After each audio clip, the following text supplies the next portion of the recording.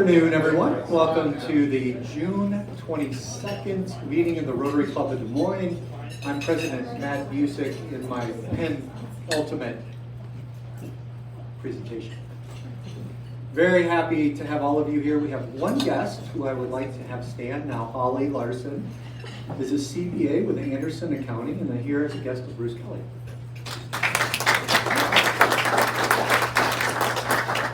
It's Tumbler time. We ask members who don't have a green dollar sign on the badge to contribute a suggested $5 in the tumbler on the table. And then ask yourself, why not just get a green dollar sign on your badge? All right. I'm going to invite Ann McFarland to the podium. Ann will lead us in both a moment of inspiration and then take us through the pledge and four-way test.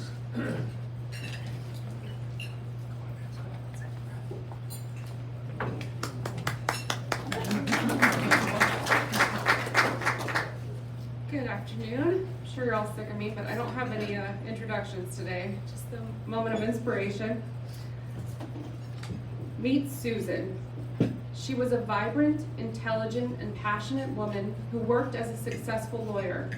However, at the age of 58, she was diagnosed with early onset Alzheimer's disease.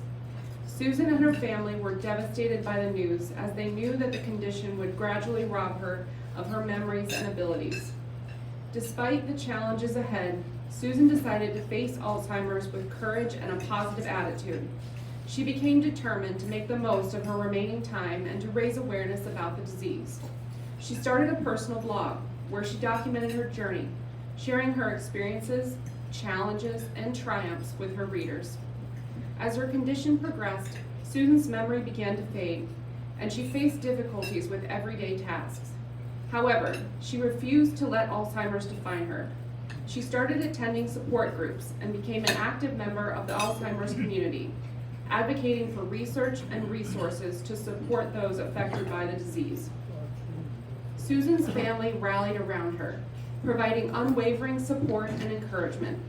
They embarked on a mission to create lasting memories together. They took trips, organized family gatherings, and engaged in activities that brought them joy. Susan's husband, children, and grandchildren played a crucial role in her care, ensuring that she felt loved and included every step of the way. Despite her cognitive decline, Susan's spirit remained resilient. She maintained her sense of humor and found solace in small moments of joy.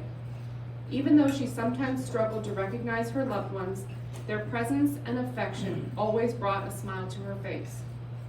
Susan's determination to raise awareness about Alzheimer's bore fruit. Her blog gained a significant following, reaching thousands of people around the world. She became a voice for those who couldn't express their experiences and inspired others to embrace life even in the face of adversity.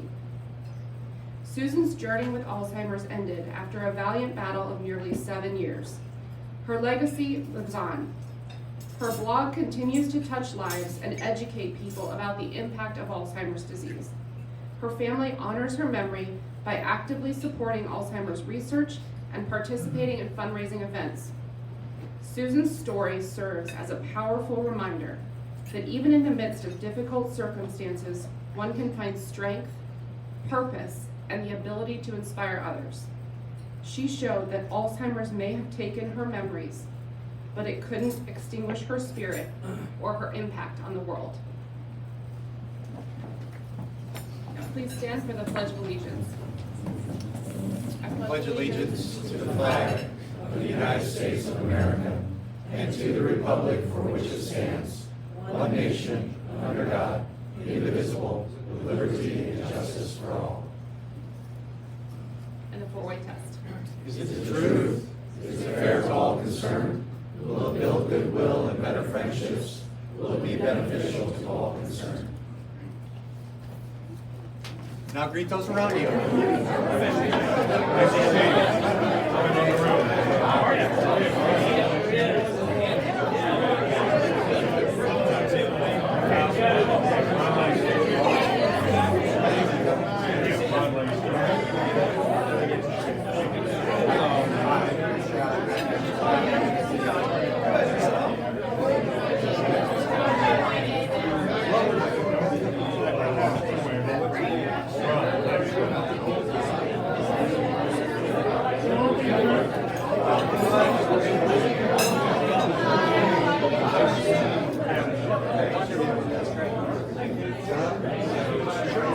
Yeah, that new mark is quite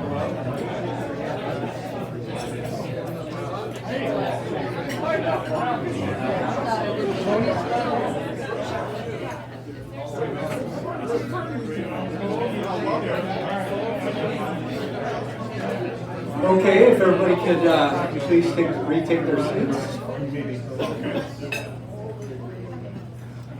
I have the honor of introducing our today's guest speaker. An executive director for the Alzheimer's Association of Iowa chapter, Doug Bickford, directs association activity in the state of Iowa and several counties in Illinois and South Dakota. He leads chapter staff that set the strategic direction for care and support, development, concern, and awareness, public policy, marketing communications, volunteer engagement, diversity, equity and inclusion, research, and strategic partnerships. Doug, his staff, and board of directors are embarking on an ambitious 2024 strategic plan with the end result of being expanding the service reach of the Alzheimer's Association, ensuring the needs of families affected by dementia are met, and providing more money for research than ever before. Doug has been in nonprofit leadership positions since 2002 with the American Diabetes Association and the Muscular Dystrophy Association prior to his current role. You might recall Doug was with us about 8 years ago when he served as the American Diabetes Association here by invitation from Alan Zagora. So we're happy to have you back. He has a business administration degree from Augustana College in Illinois, a master's degree in sports management from Western Illinois University, and this is back when Doug thought he was going to be the general manager for the Chicago White Sox someday. Doug lives in Grimes with his wife Penny and has 2 children, son Kendall, who is 19, and daughter Vanessa, who is 17. Please help me welcome Doug to the podium.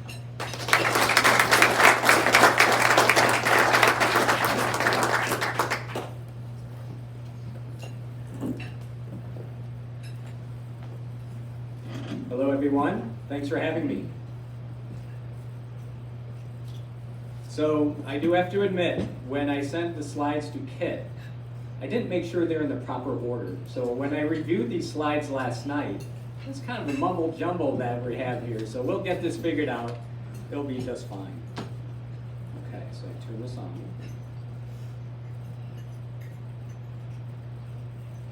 There we go. Oops. All right, so some statistics about Alzheimer's. And there's going to be a slide later on that show that 66,000 Iowans are affected by Alzheimer's disease. 6.7 million Americans affected by Alzheimer's disease. And 11 million Americans caregiving for those with Alzheimer's disease across the country. And in our state, it's 73,000 caregivers. So when you hear of an Alzheimer's diagnosis, most people think, well, that's too bad that that person has to go through that. Well, the caregiver bears an unbelievable burden as part of this journey. So that's one thing we recognize as the association is that, and that's why we have a lot of our care and support geared toward the caregiver.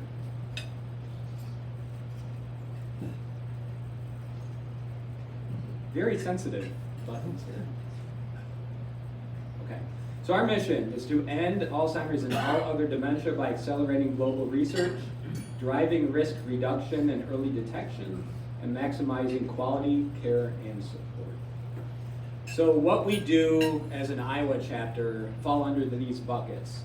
Providing and enhancing care and support, so this is community education opportunities, this is support groups that we have throughout the state.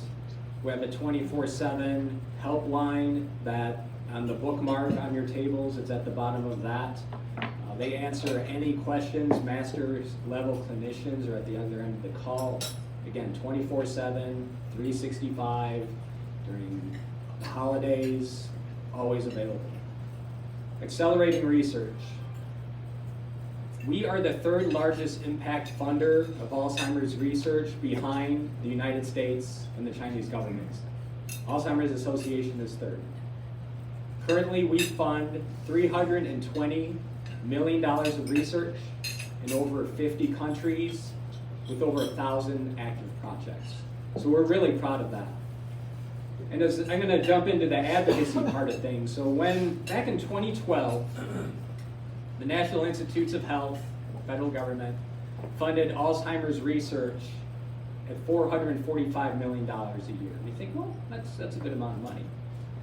At the same time, cancer research was $6 billion a year. So at about that time, our association really took a step forward on the advocacy front, pushing for more research dollars every single year. So now at the National Institutes of Health, they fund Alzheimer's research at $3.8 billion a year. Every year since 2012, we've been able to get that number even further up. This next fiscal year, we're asking for an additional $200+ million to get us over that $4 billion mark. And it's no accident that you're seeing treatments now. You're seeing more hope than ever before. There's a direct correlation between research funding and progress in this space. Strengthening diversity, equity, inclusion. There's a slide coming up that shows that basically every disparate community is more affected by Alzheimer's disease than not. African Americans 2 times more likely, Hispanics 1.5 times more likely to get Alzheimer's. There's genetic reasons, there's environment reasons, there's several. We're still working on trying to get more specifics, but that's an unfortunate fact. And we need to be better representative as an association of the communities that we serve. So that's something we're always striving to do. And in order to do all this, well, we've got to increase revenue, right? We have 19 walks throughout our state. One here in Des Moines on September 30th. You have a little business card with that date on it if you want to bring that, and there's more up at the front. And this is really our world's largest support group. It's at the Capitol. We have 2,000 people that show up, raise about $450,000 for research and our care and support. It's just a wonderful atmosphere celebrating those we may have lost with Alzheimer's disease. So as I was sharing at our table, Alzheimer's is a form of dementia. It's the majority, 60 to 80% of dementia cases are considered Alzheimer's. But some others you may have heard of are Lewy body, vascular dementia, frontotemporal dementia. You may be familiar with that. In recent news, that's what Bruce Willis is diagnosed with. And then others have parts of dementia like Parkinson's disease, Huntington's disease. And then it can be hard to diagnose because sometimes it could be mixed dementia. We may have more than one of these.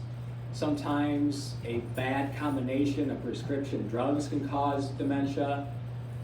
Alcoholism can cause dementia. So there's a lot of different causes out there. But what about the diagnosis? This is where it's become really important with treatments on the way to get an early diagnosis. Because most likely, before I worked for the Alzheimer's Association, if I thought I was having memory loss, I probably wouldn't tell my doctor. I mean, it's not something I would want to admit. I think I'm memory loss, doc. Can you help me? Can you put me through a cognitive assessment or cognitive test? Working with the Alzheimer's Association, it's a must. If you or anyone you love may even have an inkling of something abnormal about your memory loss, talk to your primary care provider. This is so important for so many reasons. One reason are the treatments that are going to become available, and we'll get to that in a little bit. Another reason is if you get that early diagnosis, that allows you to have a say in what your care planning is going to be down the road. Because we see so many instances where someone is diagnosed maybe middle to late stage, when they're beyond the point of having the cognitive ability to care plan for themselves, whether they should go in a home, at what point should you take my keys away while I drive, things like that. If you can diagnose early, if I get diagnosed tomorrow, I'm still at a stage where I can have a say, saying, you know what, once I reach this point, please take these keys away. When I reach this point, potentially being a burden on the family. I mean, you want to take care of me, great, but feel free to put me in a home. I mean, you can have those type of conversations still. Another barrier to diagnosis is a general mistrust of the healthcare system. As you can see some of the statistics there. And sometimes, unfortunately, that trust or mistrust is warranted just based on past history. But again, this is a barrier to having the conversations that are necessary to get a diagnosis of Alzheimer's or dementia. Here's my 66,000 slide, out of order. All right, so what? Somebody that isn't affected, they're termed cognitively unimpaired. I mean, I might forget where I put my car key sometimes, but I think all of us do that at some point, so that's normal.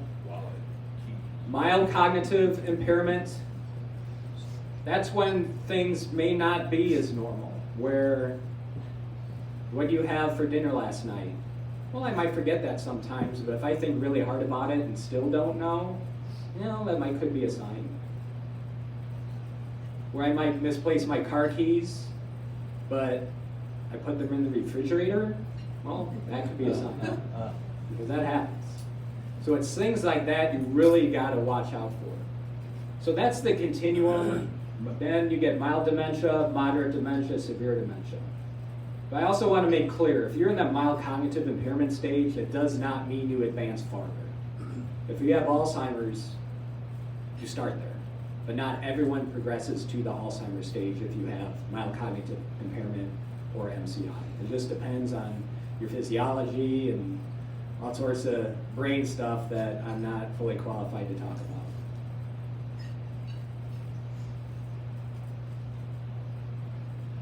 So what may impact risk? You may have heard about risk reduction. What does that mean for me? The biggest three are age. The older we get, the more likely we are to develop a form of dementia or Alzheimer's.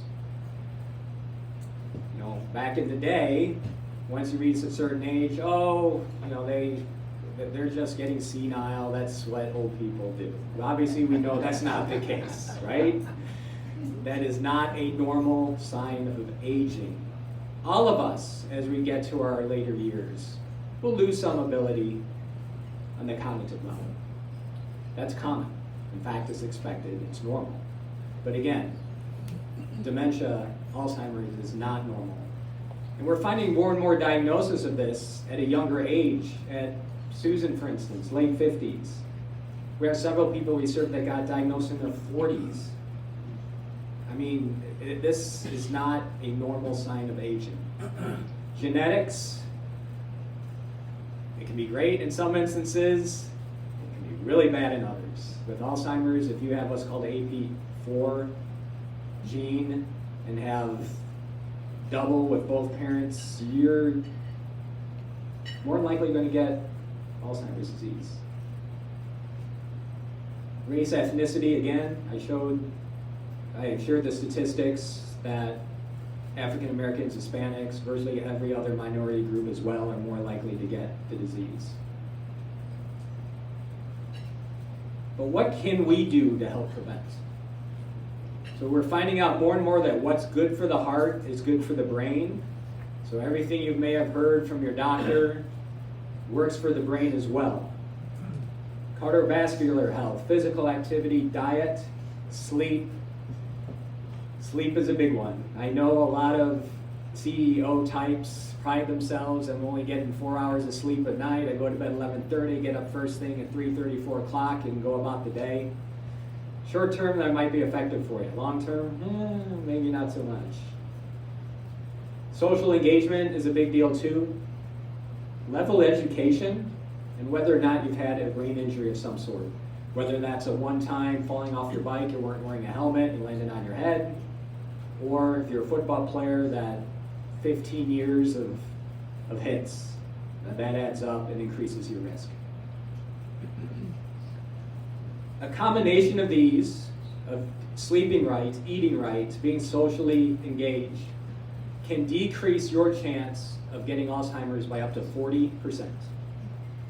Again, it's not the cure-all, right? I mean, I can smoke 3 packs of cigarettes a day, never get lung cancer. On the other hand, someone can never smoke a day in their life and still get lung cancer. But what we advocate, if you want to put yourself in the best position to succeed, we suggest following some of these tips.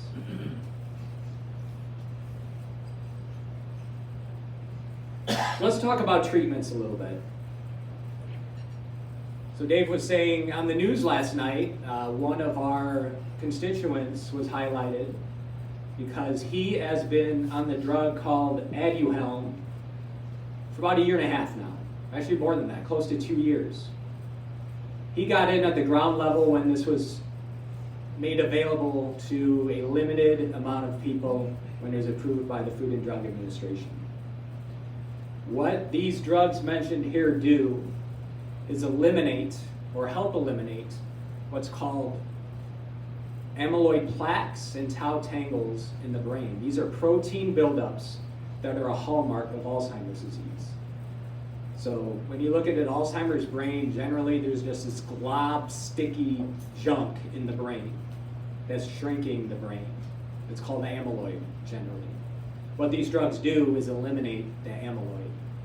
What the drugs don't do is reverse the damage that's already occurred.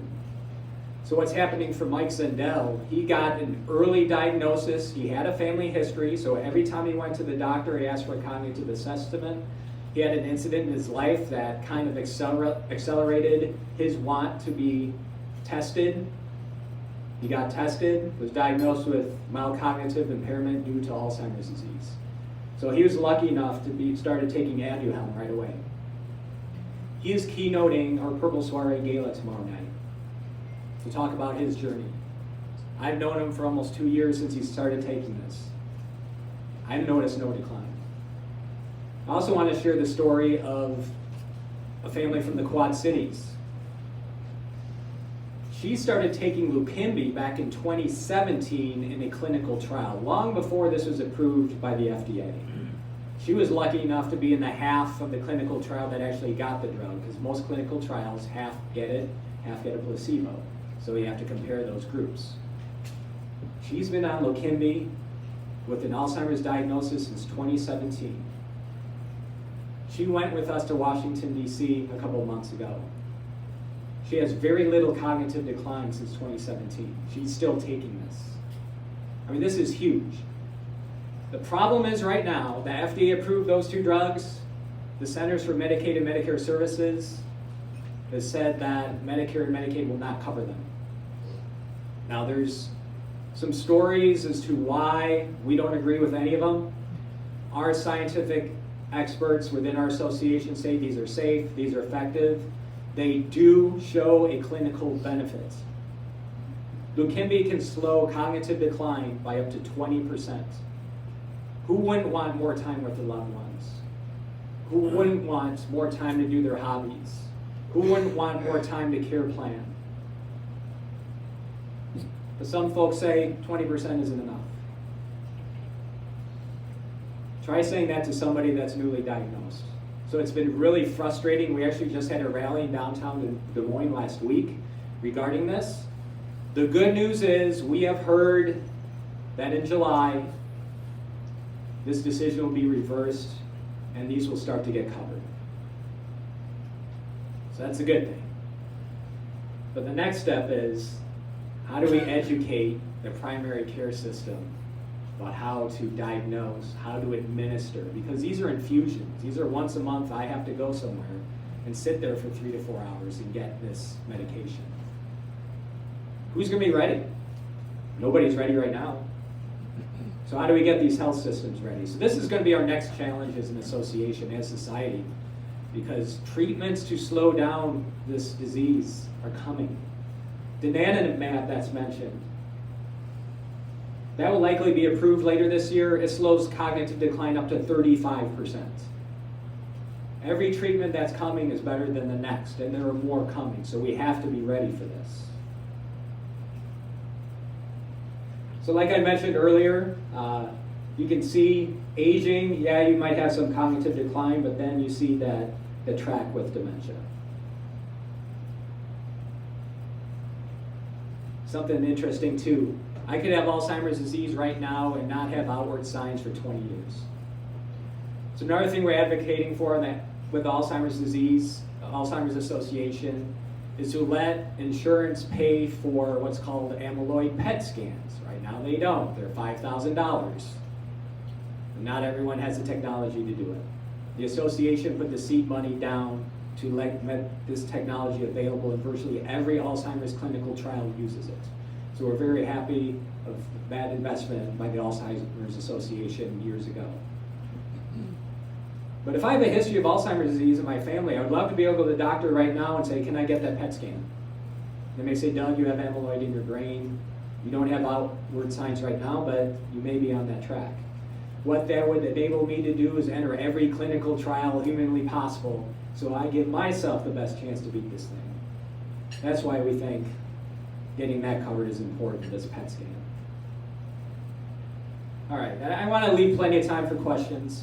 So we fund research in Iowa. We have 7 active projects right now going on at the University of Iowa and at Iowa State that the Alzheimer's Association is funding. Can you get involved? Well, you can do our walk on September 30th. We're always looking for volunteers to run support groups, do community educations like this. Advocate if you have a story to tell. These go a long way with our elected officials. Try to get change. And this is the founder of the Alzheimer's Association, a gentleman by the name of Jerome Stone. We're relatively young in the Alzheimer's, or in the nonprofit space, I guess. 1980 was when the Alzheimer's Association was formed. This was a founder, had Alzheimer's in his family, looked across the landscape and said, no one's doing anything about this. We need to start something. So we formed the Alzheimer's Association. So this is his quote. It's something that I know I try to live by. I know many of our constituents, our donors do as well, which we're very thankful for.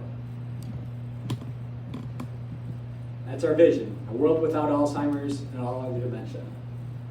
That is our North Star.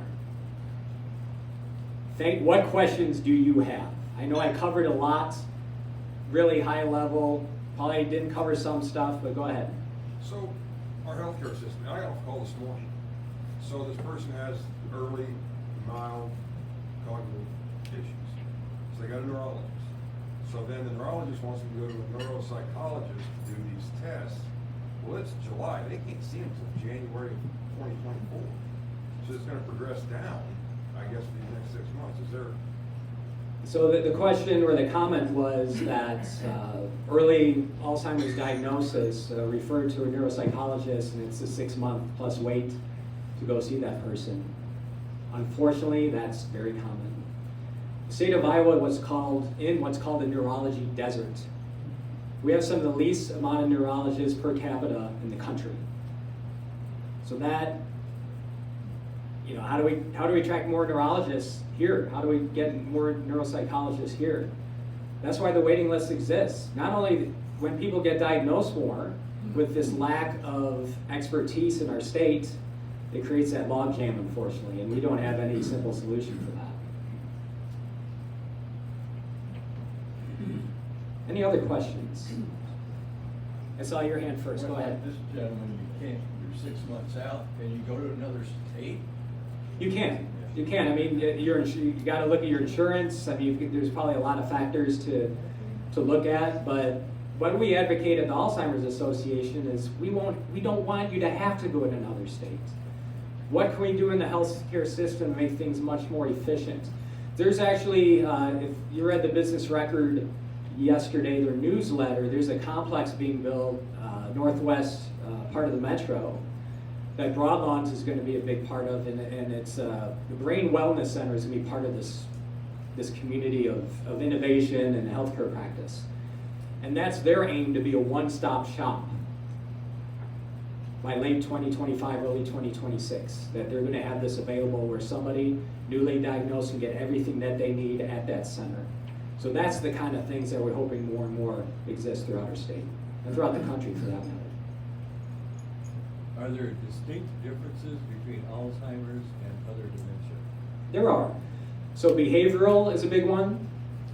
Some dementias unfortunately, behavior can be off the charts as far as being very impulsive, violent. I'm sorry, yes. These signs say repeat the question. I was reminded a million times and I forgot. I guess I'm working at the right place, right?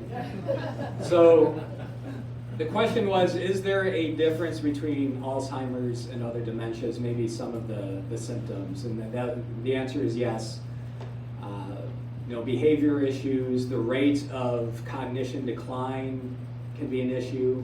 Some dementias, your speech disappears. There's just a lot going on, and not all cases are different. I mean, somebody can be diagnosed with Alzheimer's and go through the journey in just 2 years. Others live with Alzheimer's for 18 to 20 years. I mean, there's not, here's the diagnosis in a box. Everybody is different, even with the same diagnosis. Yes? Hi. No, go ahead, and I'll get that next one. Thank you for your remarks today. I am curious about prevention, and you talked about sleep and diet. When it comes to diet, in general terms, are there some surprising foods that we should eat more of or less of? Sure. So the question was diet. What can we do on the diet side of things for possible prevention? So the paleo diet is supposed to be one that is effective. Now you're going to ask me what's a paleo diet, and I'll say I don't know. But basically, they advocate for a good balance of protein and carbs, fruits and vegetables. I mean, just the things that you hear for just about every other disease of how to better live your life. Processed foods, bad. This lunch today was perfect, very healthy. So you're doing the right thing, at least for your Rotary lunches. You don't have bags of Cheerios or anything for everybody, or Pop-Tarts. Those are, you gotta watch things like that. There are studies that show processed foods, a heavy diet of processed foods increase your risk dramatically for dementia. So yeah, just proper amount of protein, fruits and vegetables. Thank you. Yep. Yes, sir. Yes, sir. If you have one form of dementia, if you have Parkinson's, does that accelerate another form of Alzheimer's perhaps that you would not otherwise have? Sure. So the question was, if you have something like Parkinson's, could that then accelerate into Alzheimer's disease? Yes and no. Again, it depends on the individual. It does happen. I mean, folks with Parkinson's are more likely to develop Alzheimer's disease. But on the other hand, just like the 3-pack-a-day smoker, it doesn't always happen that way. But yes, the answer is yes, but not all the time. Yes, sir. I have a friend, his wife was an executive at Cargill, and she's had to leave her job because of Alzheimer's at 54 years old. And he's struggling. What resources are available for him to get help so he can know more about what's going on? Sure. So the question was, somebody diagnosed with 54 that's had to quit their job, and what resources are available. ALZ.org is a big one. That's our website. I mean, you can go through there and get all sorts of different resources. And the 1-800 number too is a great way to start. The caveat is, the society generally is not prepared for 54-year-olds that have Alzheimer's disease. Because if you want to move these folks into long-term care, most of them say, well, we only accept 60 or older, 65 or older. Another general issue too with younger people that are diagnosed is that they're more prone to act erratically, whether it's impulsive behavior, things of that nature. And that makes it even doubly and triply hard to put them into homes because they may last a week before an incident and then they're kicked out. Now you gotta find somewhere else to go. And we have families whose loved ones are in homes 6-7 hours away from where they live because it's so hard to find care. So I wish I had an easy answer for you, other than our website is a good source of information along with the 1-800 number. Sure. If you have family members who had a strong family history on both sides, is there studies that you would recommend they get in now, or do you have to have symptoms for being studied? So the question is, for instance, if you have Alzheimer's in both sides of the family, are there studies you can go get into now, or do you have to have any kind of symptoms? The answer is yes, there are studies you can get into now. You don't need to have symptoms to enter a lot of these clinical trials. We have something called Trial Match. Again, you can go on alz.org and the search term, look up Trial Match. What that does is allows you to input your information, whether you might have a family history. And of all the clinical trials across the country that have signed up to be part of this Trial Match network, if you fit, they will reach out to you and say, is this something you would be interested in? And that's the only time they reach out to you. If you fit the criteria these folks might be looking for during their clinical trial. So absolutely yes, you can enter a clinical trial with no symptoms, not even with a family history, because a lot of times they may follow somebody for a few years with their diet. And how does that compare to somebody that has a different type of diet? What does this mean? So yeah, you don't need to have any history to be an Alzheimer's clinical trial. We'll go there and there, and I don't know how we're doing on time. It's okay, go ahead. I have a friend who's on a waiting list for a continuing care residential center. And like many, they won't allow someone in if they have Alzheimer's before they enter. And her family has a history of it. She's showing signs, but the family's, I think, not taking some of the steps because of not wanting to lessen her chance of getting in. Do you find this happening, and is there anything they can do? Yeah, we have several, I guess, companies out there that help navigate that whole process. And what these companies do is basically hold you by the hand and walk through what options can be, and knowing what facilities may accept folks like this and what don't. And they can walk you around wherever you live, no charge to you or your family, and visit all sorts of different memory care centers or long-term care centers. I didn't repeat the question. But you remember. Yes, I did. I remember this time. So, but I think this answer will speak for itself. So, there are, like Senior Home Finder is one, where they contract with senior care centers, so the Senior Home Finder person gets paid for placement, so no impact on the family. But the person I know that owns it, she will spend days and even weeks trying to find the right location. So that's what I would suggest. Again, you can go to alz.org. We have a whole list of local resources for that type. But again, it's so complicated. I wish I had just a simple answer for every instance. And Alzheimer's stinks. It does. And then one last question. If a person has had what they thought was cognition impairment and consult with their primary care doctor, assuming the doctor was well enough educated in the options and the things that are available, could he prescribe one of those two drugs, or are they still experimental, so they would not be readily available to the general public? Or would he want to refer you to a neurologist or could find one? How would a primary care physician, based on the level of knowledge out there today, be likely to proceed? Sure. So the question was, at the primary care physician level, how likely would they be able to, or be incapable of prescribing maybe one of the treatments that we talked about today or next steps? Are there any primary care physicians in here? I'm sure if there are, you are very good at what you do. Because unfortunately, there's some that are really have a lot of education to be had in the cognitive ability space. These treatments that are available right now are not available to the general public yet. Even when they do become available to the general public, there's going to be a serious amount of education at the PCP level to let them know that these are safe and these are effective. These are the infusion centers available. This is how much it costs. These are other things you can do. That doesn't really exist right now, generally. Now, some PCPs do keep up in a big way when it comes to dementia and Alzheimer's.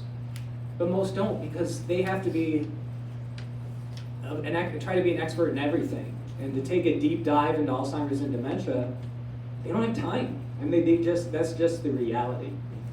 And just one last piece of advice, if you see your primary care doctor about Alzheimer's or dementia or anything, and if you don't necessarily agree with what that doctor is telling you, find a different doctor. Get a second opinion. Even get a third opinion if you can. My family's witnessed too many cases, just in my own family, of misdiagnosis. I know other families that we serve, the same thing. If you don't have a good gut feeling after hearing a diagnosis from your doctor, go get another opinion. So I will be available afterwards if you have any other questions or you want to talk. I'll just hang around a little bit. But thank you so much for having me. I really appreciate your time and attention. Enjoy the rest of your week. Thank you.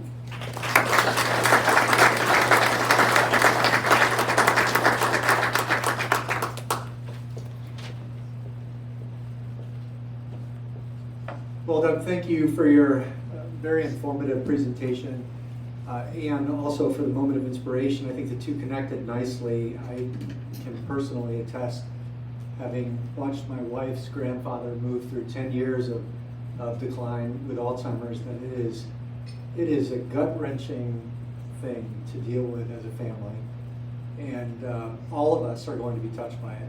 There's just no doubt about it. And trying to figure out a way to handle that with love and support and care, and knowing that there are organizations like yours doing the hard work is very helpful. So thank you for being here.